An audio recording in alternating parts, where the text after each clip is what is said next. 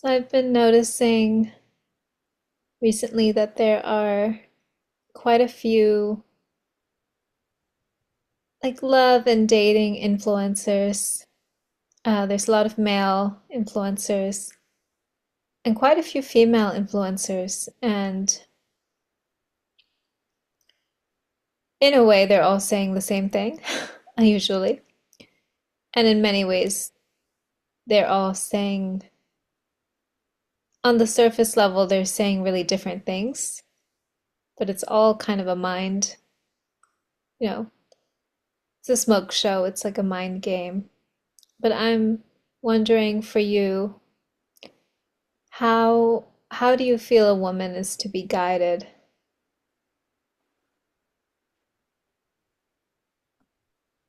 There's just something I want to ask you about that, what you were saying. When you say the female influencers, but they all look different, do you want to explain to me where you're seeing them be different? I mean, the male and female influencers are on some level, they're all the same because it's all strategy. But I mean, their Right. strategies appear to be different, right? Some of them are about, I've heard this black cat strategy where the woman needs to become a black cat, meaning she becomes mysterious, evades the man as much as possible to control him, makes herself unavailable. That's one strategy. There's the traditional woman strategies. Um, there's a whole host of strategy. Wow. Wow. I've been mostly focused lately on the men speaking to women about attracting single, powerful, sexually porn free. Like I see a lot of, I guess I'm very much in the, I mean, I don't, if I see anything, it's in the sexual energy arena. So things like, I guess, tantric um, communities come to me. I don't really read a lot of other stuff. Like I definitely don't know about the black cat.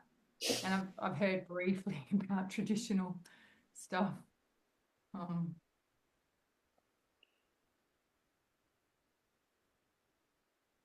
because when you say that, it just feels like, whoa, that's a lot.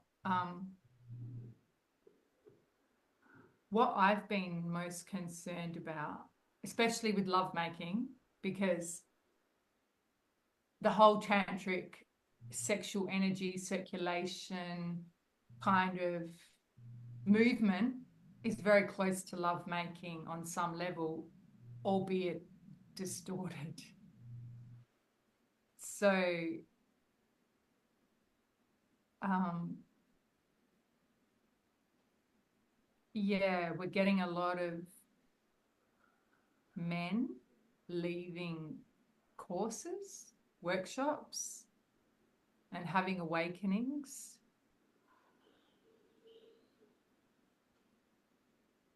and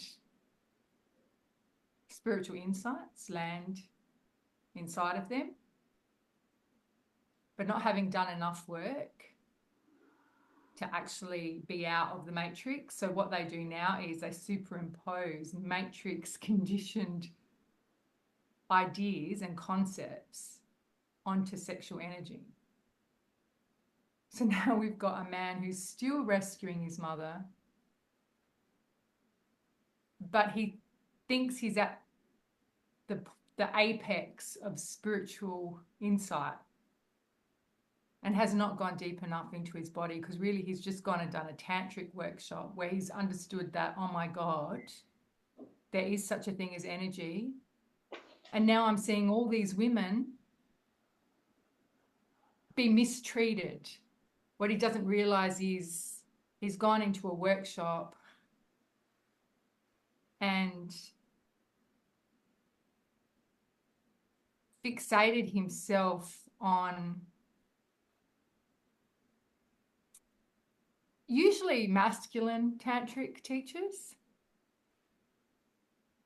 usually like their sort of paradigm, and got this idea that, oh God, women are so mistreated out there, they don't they're not met energetically and sensitively, and it all becomes emotionalizing pure sensation, because nobody took them to the direct energetic truth, which is that yoni and lingam are integrative parts of each other.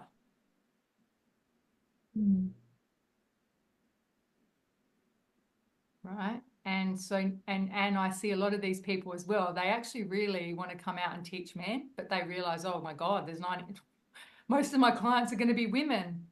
So they kind of veer themselves to the women, even though on a really deep level, they're winging it. They're absolutely winging it. Mm. And I know you were mentioning to me about these acupressure points inside of the organs. Would you like to elucidate that here? Well, I think I want to continue a little bit on also about the men winging it, because what it is like they come out also with a belief or mindset that, oh, most men don't want to do the work. Here I am, I went and did some work.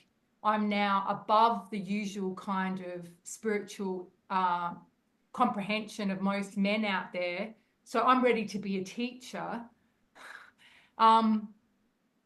But I never really consider that I went to the tantric community to work to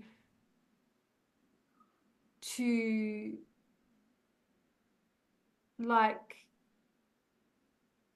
unravel feminine sexual energy. And now all of a sudden I come out and I go, ladies, I can teach you how to attract a man like me. Mm. So they're reinforcing a fake program of empowerment to women instead of giving them, Yeah, because they don't have the real source of a woman's. no, they can't. Yeah. They can't. They don't have a yoni. And the point is that both the man and the woman are designed to share with each other, and not mentally necessarily, through connecting their genitals and transmitting each other's frequencies to each other without mind, and it kind of imbues into their system. Oh, I realize you're soft. Oh, I realize you're penetrative. And it's this back and forth between man and woman's bodies. Not this, mimicry of I was going to say masturbation, of how we each teach each other. And you're getting most women being in that audience because socially, the feminine are part of the reason why patriarchy works, is because they've managed to indoctrinate the women to believe they're not good enough. Well, they've severed the woman from their power, which is that innate communication from God in the sensations, not to be crass, but through the literal, pounding sort of mechanism in conventional sex, which they're only Yeah, rein that's sorry. Hmm? which they're only reinforcing. And that's even better how you said it. Because when I'm saying indoctrinated, I don't want to be like, just going to the whole feminist thing. But women, that's exactly right. It happened through numbing yoni tissue. Now they're going to tantric communities where they could actually uncover and resensitize a woman's yoni, because they've worked out that energy exists. But usually they're not connected enough to the yoni and start to become the expert of sexual energy after very little exploration or deep contact into a yoni, and actually forgetting why they went there, which was deep. Half of the reason why these men are porn free, let's talk about, and there's not a lot of men who are porn free, but I've seen this one man advertise how porn free he is, how he's a multi-orgasmic man, how he learned how to disidentify from his mother, let's say. Well, his mother's energy,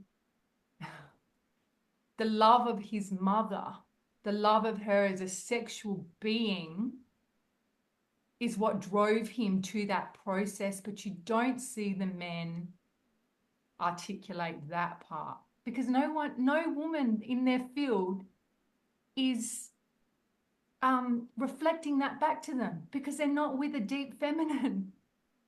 If What they do were with a you, deep feminine, we'd be the men that would be birthing out would be very, very different. We're getting such redundant paradigms of men, and they'll tell you they're with their deep feminine, what do but you they're mean? not. What do you mean that the mother's energy is jettisoning them Oh, to I their... like that word. I love words. Like, yeah, because it was a perfect, like, resonant tone to what I'm saying. Could you ask it again? I'm so excited about the word. No, I'm the same way because there's a precision when you go deep into the body. I've started to see this, by the way, just through working with you, is there's a precision to the words, and it's very potent. But I was saying, what do you Mm. mean when you say that the energy of the mother's sexual being is jettisoning the man to this path? Yeah, okay. So I'm going to say one thing, but well, two actually. The yoni, the most erotic thing about being in the yoni is you get to speak the sounds out of the yoni, and you get to language her. Like you just, oh, you know? So that's, you don't have language until you let her speak through you. And you think about, we were so non-verbal at one point. We would have just, we would have just sounded, and even between men and women, we wouldn't have had language. So there would have been sounds and frequencies passed between us. And that would happen with mothers and sons, okay? So that happens with mothers and sons because when they're born, they don't have skills to speak. And when you're carrying a child in the womb, there's a lot more like etheric and non-verbal and, you know, um, all those spiritual sacred energies of body.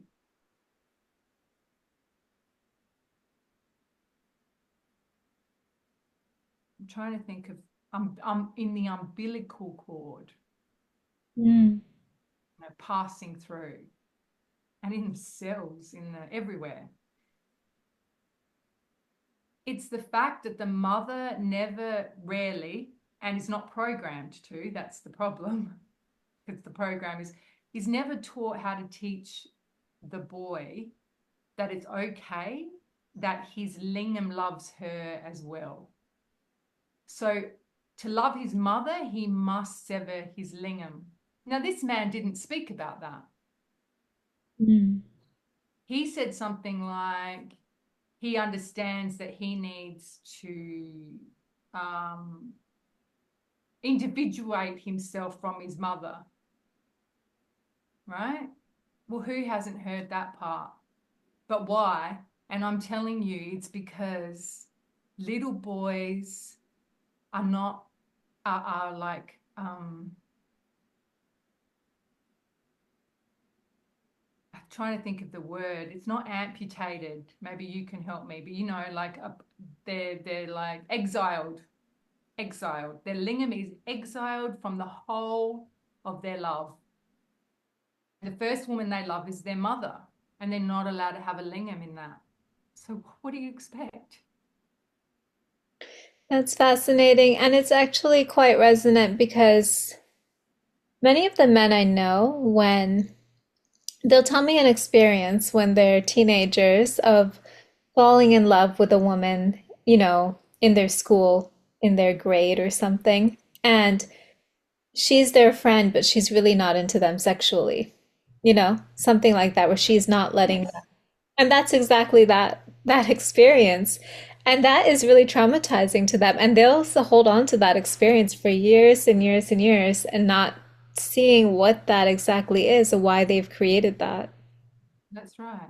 And then you look at, and then they go into their room and masturbate because they're not allowed to have the lingam be involved in their loving, in their sensually alive emanation of their essence loving. And so it's interesting because even I love to mention Tupac because he's on the Patreon page, and he mentioned today that the mistress or the woman that you most desire, you're not supposed to have. She gets whispered about in dark corners, is what he said. But you're not allowed to go and marry her. And Mm. do you see? That's because of that severing. But people don't discuss this. And to be really honest, um, I have been talking about this for years in my posts. Yeah. Yeah, I've seen that. You've seen it in Light on Man and Woman, right? Yeah. And it's one of the most mystical things actually, because if you try to love a man who's been accustomed to the conventional model, he will have a very rebellious kind of reaction to you touching his penis in a loving way, which I find that really mystical, actually. I, And I just, love what you're saying. I love it. And a lot of the ways that you'll love him from a very holistic place will completely disgust his program. Yeah, his program. And that is, and we haven't even gotten to how women don't even know themselves by listening to men dating coaches, how their system works to magnetize a man because they're so busy, and this is true, looking at this man as some kind of newfound God, conscious God, you know, and they wish they would be with a man like that. And not even realizing that, first of all, he isn't. And second of all, she's not in touch with the system that would truly draw her a God man from inside of her, inside of her, create a operational model, let's say it like that, one that would absolutely allow her to be the deep feminine.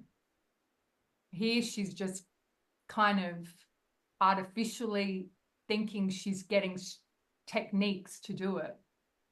and actually, what's interesting is she is inadvertently getting molded. She's being molded to be um, sexual in a false way. Because if you watch a lot of these male influencer dating coaches, they kind of it's more subtle, but they'll say things like on the first date you need to establish the sexual tension immediately, like touch his arm or something, touch his arm and or do this or compliment him. It's like they're actually molding her to fit into the two versions of women that they have in their mind, which is either mother or lover, right? Virgin or whore. And they're trying to tame her to fit into one of the two. And usually it's the whore because that's the only one that they, you know, can understand. Yeah. I love that. Can you say that a bit more? Like, because I mean, this is like Pandora's box. I would like to continue talking about this one. as we keep going, because yeah, I just feel like women are really being tricked, deceived. And I mean, it's just going to it's I mean, and this is the other thing I wanted to say, is that the men, let's be really honest, 90% of those women in the audience, 90% of that audience are women. So I think that's why the men are directing their attention there. So we've said that they don't feel good enough, but I have a feeling that the men actually don't believe that their own men have got the truth. I think on a soul level, they know this man knows about as much as me, and he's not really going to do it. And they're sneakily looking at women who are speaking differently out there. Yeah, that's definitely happening. Certainly. Although I sense that on the superficial level, they're certainly scared to openly admit that they're looking at the woman or guidance. Because I've seen that firsthand. Yeah, but once it's like indisputable, it's almost impossible to deny that. And I feel like what we're talking about is bridging that gap between men and women, enough for men to really take notice on a different level, because I know it's happening inside of me. And I mean, like, unless the man and the woman are alongside of each other and talking about the process, the passage, rite of passage that they're going through as a humbling experience to both of them, you know, um, I think it's a very, yes, it's proving to be very lucrative out there, rather than, anything authentic.